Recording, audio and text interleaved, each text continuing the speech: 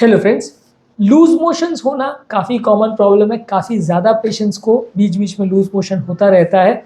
ज़्यादातर ये किसी इन्फेक्शन की वजह से या कुछ खाने पीने में ख़राब आ जाए उसकी वजह से होता है, पर कभी कभी ये प्रॉब्लम कुछ दवाइयों की वजह से भी हो सकता है। तो आज हम बात करेंगे उन कॉमन दवाइयों के बारे में जिसके साइड इफेक्ट से लोगों को लूज मोशन का प्रॉब्लम हो सकता है।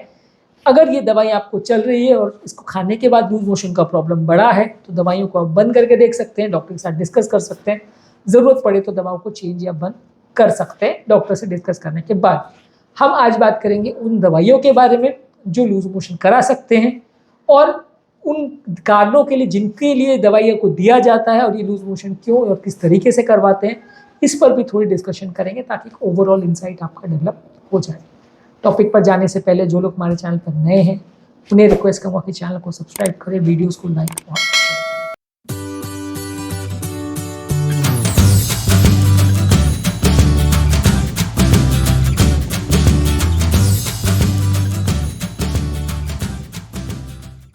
कुछ कीटाणुनाशक दवा जैसे कि अमोक्सिसिलिन, क्लिंडामाइसिन, एरिथ्रोमाइसिन जो कि अलग अलग तरह के इन्फेक्शंस में कीटाणुओं को मारने के लिए दी जाती है। ये दवाई हमारे पेट के नॉर्मल बैक्टीरिया को मार देती है। ये नॉर्मल बैक्टीरिया हमारे मोशन के संचालन और जो सारा कॉन्स्टिपेशन का प्रॉब्लम, लूज मोशन का प्रॉब्लम को कंट्रोल करने के लिए इनका बैलेंस बहुत ज़रूरी है। जब पेट में नेचुरल नॉर्मल बैक्टीरिया मर जाते हैं तो उसके बदले आ जाते हैं खराब बैक्टीरिया, हार्मफुल बैक्टीरिया, और ये बैक्टीरिया कई बार लूज मोशन कराते हैं। अगर हार्मफुल बैक्टीरिया ना भी आए तो भी लूज मोशन हो सकता है, जिसको एंटीबायोटिक इंड्यूस डायरिया बोलते हैं। अगर कीटाणुनाशक दवा देने के बाद लूज मोशन हो रहा है तो मान के चलिए ये इसका कारण हो सकता है, जिसमें आपको दवा बंद या चेंज करने की ज़रूरत पड़ सकती है। इसके अलावा एसिडिटी के लिए कई बार जो डाइजीन या इस तरह की सिरप्स आप लेते हैं उसमें मैग्नीशियम होता है।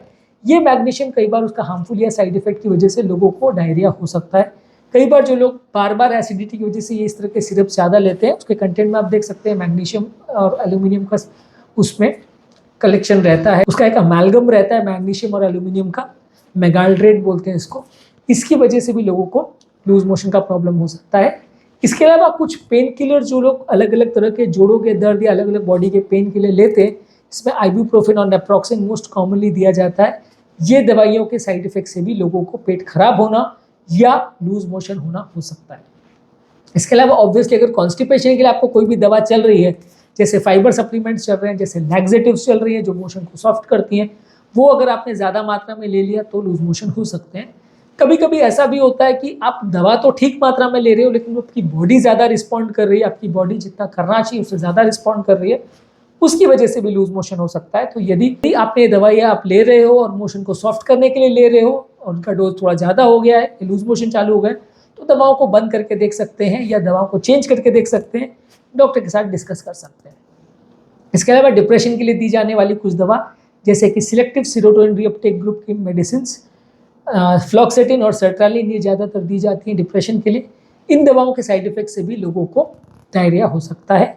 कुछ कैंसर के लिए दी जाने वाली दवा, कीमोथेरेपी वाली मेडिसिन के साइड इफेक्ट से भी लोगों को लूज मोशन या डायरिया हो सकता है। काफ़ी कॉमनली एसिडिटी के लिए जो दी जाने वाली दवा प्रोटॉन पंप इनहिबिटर्स है। वैसे तो ये ज़्यादातर कॉन्स्टिपेशन करती है लेकिन किसी किसी व्यक्ति को इसके साइड इफेक्ट से डायरिया भी हो सकता है, पेट गड़बड़ हो सकता है।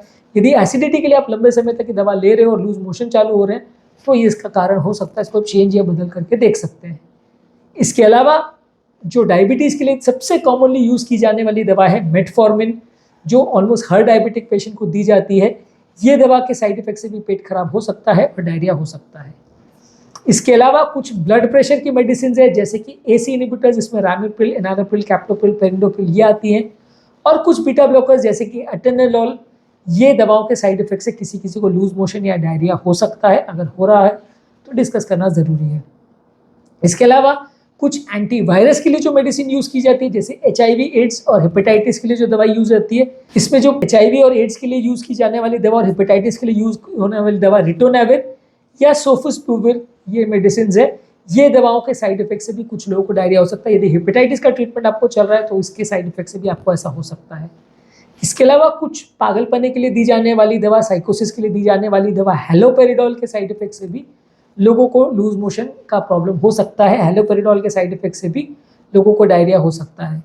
इसके अलावा कुछ कोलिनर्जिक मेडिसिन है जो कि अल्जाइमर वाले पेशेंट में दी जाती है बॉडी में एसिटाइल कोलिन का लेवल बढ़ाने के लिए।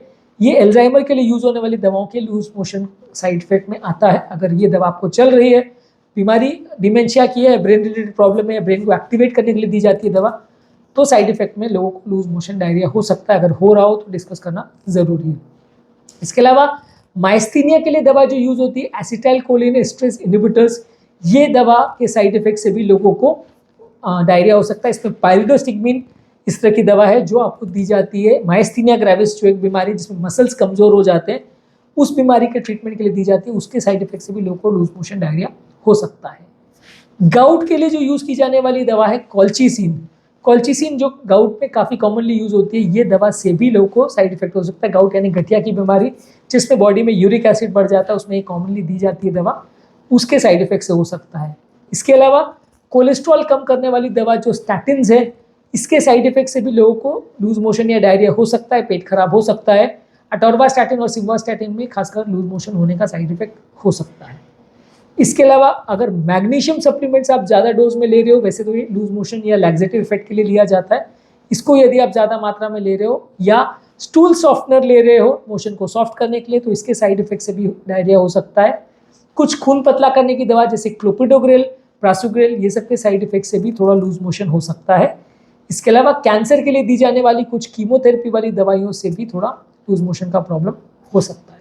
तो आज हमने बात करी एक डिटेल लिस्ट के बारे में उन मेडिसिन की जिनके साइड इफेक्ट से आपको डायरिया या लूज मोशन हो सकता है। यदि इनमें से कोई भी दवा आपको चल रही है, उसके बाद अगर लूज मोशन स्टार्ट होता है तो आपके डॉक्टर के साथ डिस्कस करिए, ज़रूरत पड़े तो दवाओं को चेंज या बंद करिए, या उसका कुछ ऑल्टरनेटिव ले सकते हैं या थेरेपी को चेंज कर सकते हैं ताकि आपका ये लूज मोशन का प्रॉब्लम कम हो जाए, या दूसरे स्टेप्स ले सकते हैं ताकि लूज मोशन का प्रॉब्लम कंपैरेटिवली कम हो जाए। उम्मीद करूँगा कि आज के टॉपिक में कुछ नई बातें जानने को मिली होगी। जो लोग हमारे चैनल पर नए हैं उन्हें रिक्वेस्ट करूँगा कि चैनल को सब्सक्राइब करें, वीडियोज़ को लाइक और शेयर।